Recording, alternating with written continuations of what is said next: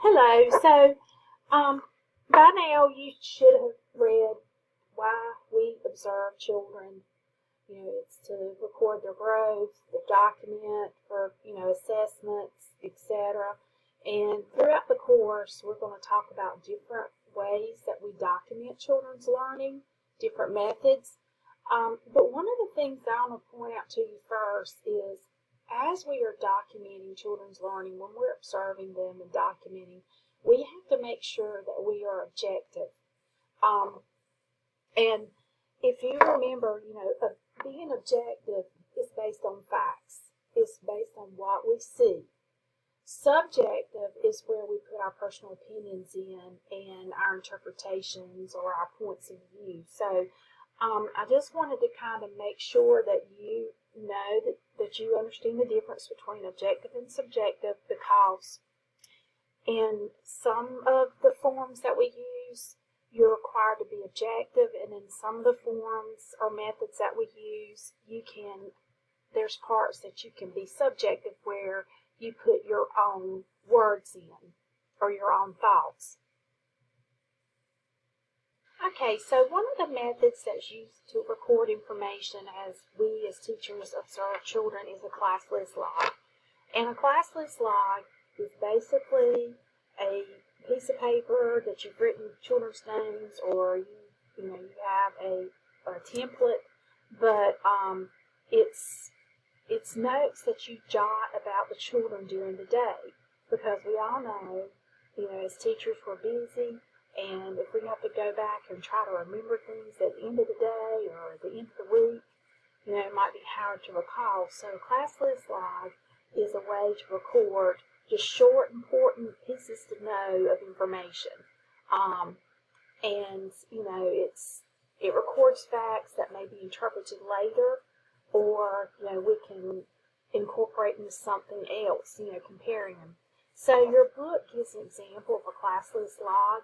Like, for example, here is some of the children in the classroom, and the teacher has just gotten some short notes. And what this teacher was particularly looking at is, how children adjust when they're coming in the classroom during the day. As the teacher records this information through time, the teacher can realize, hey, Carter has a really hard time adjusting, and, here's what we need to do to make him adjust better. So again, a classless log is just a simple, quick way to record information about the children in your classroom.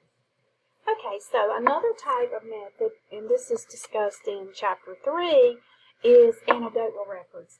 And actually, anecdotal records are the number one way or form, or the most commonly used recording method when we're recording information about children. And of course, your case study that you'll be doing for this course is, mainly anecdotal records. So an anecdotal record is a story, and it's used for observing and about a child's behavior. And it's told in past tense.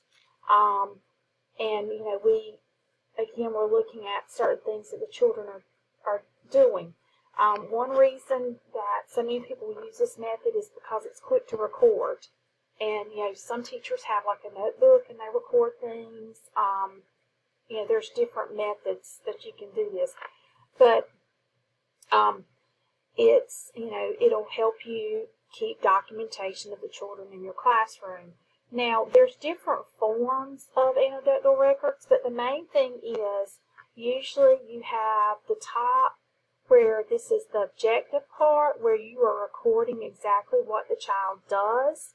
And then at the bottom, like this particular sample says assessment for learning, but some that you will see will have, notes. And that's where you can give your opinion or, your point of view on what you have observed. And again, this is the most commonly used observation method. Okay, so Chapter 4 discussed checklists. Now, a checklist is a predetermined list of criteria that we're looking at. There's all types of checklists that we use in teaching, we can have a checklist that looks at children's physical development, social development, their play skills. I mean, there's tons of them. But, a checklist is a method of documenting the presence or absence of a skill or behavior in developmental sequence. And so, for example, here is an observation checklist for a preschool child. These are, pretty easy to use because, you're using in direct observation. And again, they're good to help record children's milestones. So again, checklists are, easy to use. The only downfall is there's not a way to record, the conversations or exchanges between children. But again, another method that we use to record children's development.